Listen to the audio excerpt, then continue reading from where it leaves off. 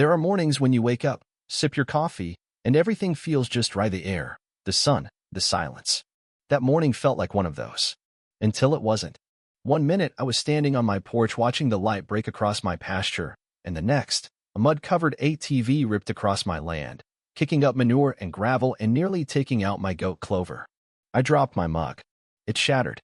And standing atop that roaring beast of disrespect was a woman with a platinum bob, oversized sunglasses, and a look that said the world owed her rent. That, folks, was my introduction to Miss Loretta Jenningser, as she liked to call herself, the president of the Pine Hills HOA. She didn't stop, didn't wave, just blasted through the dirt trail behind her newly built backyard like she owned the entire stretch of earth. And the kicker? She was blasting country music so loud it sent my chickens into a frenzy and made my dog jump into the feed truck. That was the first lap. By the third, I realized this wasn't a mistake. It was a message. A flag planted in the mud. I didn't move to the edge of town to deal with HOA lunacy. I moved for quiet. For land. For fences that meant something. The back of Loretta's property butted up against a forgotten dirt trail that wrapped around my eastern pasture. It was always mine. Nobody used it except me, and sometimes my nephew when he came over with his mountain bike. When she moved in, I gave her the benefit of the doubt. Maybe she thought it was part of the public easement. So I walked up to her place, knocked politely, and introduced myself. She cracked the door like I was the IRS, gave me a once-over, and said, "That trail's more useful to me than you. My ATV needs space. Your cows can share." Then she slammed the door. I stood there, hands still raised like a fool. That weekend, she brought friends. 3 ATVs this time. They roared through like it was a dirt derby. Tore up my irrigation pipes, clipped my fence, and scared my pigs so bad they wouldn't come out of the pen for a day. I put up a sign, private property. No ATV access. Violators will be prosecuted. Next morning, I found it run over, next to an empty latte cup and a crushed turkey sandwich. I started recording everything. I contacted the HOA board. What I got back was a typed letter, on HOA letterhead, signed by Loretta herself, claiming the trail was now a shared recreational corridor and that I needed to manage my livestock more responsibly. They called my cows aggressive. My cows. One of them naps through thunderstorms. I installed a new gate with steel mesh. It lasted 2 days. They bent the hinges, ripped the lock, and left behind a glittery pink hair clip. Her calling card. That's when I stopped playing nice.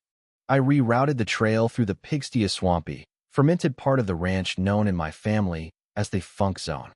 I laid fresh watermelon rinds along the curve, set up reflectors, and made sure the pigs were well fed and eager for company. Sure enough, she came barreling down with her friend Rick, the HOA's vice president, who dressed like he thought boat shoes belonged on dirt. They hit the funk zone hard. Tires sunk. Pigs approached. Loretta dropped her phone trying to film a video. Rick got headbutt by a pig named Peaches. They were stuck. Properly stuck. I watched from the barn, sipping coffee and smiling. She didn't come back for 2 days. Then Thursday afternoon, I heard not one, but 4 ATVs. Loretta in front, no helmet, hair flapping like a hero shot, followed by 3 new recruits in matching polos with HOA Trailblazers logos. One had a GoPro. Another had a cooler. They drove right into it again.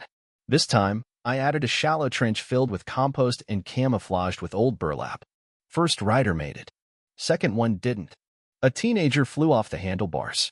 Loretta shouted something about resilience, while the pigs rushed in, led by Peaches and a clever piglet named Tater Tot, who had started treating ATV sounds like the dinner bell. They tried to spin it. Loretta posted in the HOA Facebook group, calling it an adventure trail. Said she was exploring new recreation ideas for the community. Uploaded a photo of her covered in mud with a caption about rustic living. Comments poured in, some cheering her on. Others confused why HOA dues were funding drone footage and matching t-shirts. That night, I found another letter. This one fining me for environmental hazards and non-compliance with community recreation standards. I laughed so hard I had to sit down. I called Deputy Mark from the sheriff's office. He chuckled, read the letter, and said, "She might be loud, but she ain't legal." He gave me 2 options, lawyer up or let her dig her own hole. So I baited her. Built a wooden checkpoint with a hand-carved sign that read, "Loretta's Scenic Route, VIP access only." I laid down fresh hay, then another compost trench. Tater Tot started waiting by the trail like a concierge. He even wore a bell collar. The next weekend was the big one. 7 ATVs. Kids. Lawn chairs. A guy with a boom box. They hit the trench. Chaos followed. Pigs. Screaming. A drone crash. Peaches got into someone's cooler and ran off with a sandwich. Loretta yelled that it was sabotage. I pointed at the warning signs, the cameras, the GPS lines on my phone. She stomped off, knee-deep in muck. That night, her Facebook post was subdued. No photos. Just a complaint about unregulated livestock zones. Then the video leaked. GoPro footage. Uploaded by one of the teens. Titled, "When HOA Goes Wild." It blew up. Memes. Remixes. That's what we started calling Tater Tot became a local hero. The HOA chat exploded. People started asking real questions. Who approved this trail? Why was HOA money buying flags and shirts? Who made Loretta queen? I stayed quiet. Let the tide shift. Then I dropped the hammer. Cease and desist. Through a real lawyer. With maps, footage, surveys, a notarized affidavit from the previous landowner. I sent a copy to the HOA board, one to Loretta's mailbox. Within 3 days, resignation started. Rick was first. Then Susan. Then the lady who always revisers. Loretta called for a town hall to win back hearts and minds. Half the room showed up in shirts that said Trail Boss Ranch. She started a slideshow. It glitched. Froze on a still of her face planting into the trench. Someone played the Pig remix ringtone. She stormed out. The petition hit 100 signatures in a day. Stories poured out. One guy got fined for his garden gnome. Another for using wind chimes. Loretta became a joke. Then a legend. Then, gone. She resigned without a word. Just vanished. HOA sent me a formal apology. Offered to split the cost of a real fence. I accepted. They built a split-rail barrier with signs and cameras. The neighborhood changed. People relaxed. Wind chimes came back. Kids rode bikes. The fear lifted. Duke, the pig, still struts along the trail like he owns it. People wave. Sometimes they drop off fruit. Someone made stickers of him wearing shades. A local guy airbrushed his truck with Duke's face and the words Trail Boss. Loretta sent one last letter. Said she was relocating. Called this place hostile to visionaries. I fed it to the compost pile. Weeks passed. The land healed. So did I. One evening, as the sun dipped low, I leaned on the fence and watched Duke sniffing around, bell jingling softly.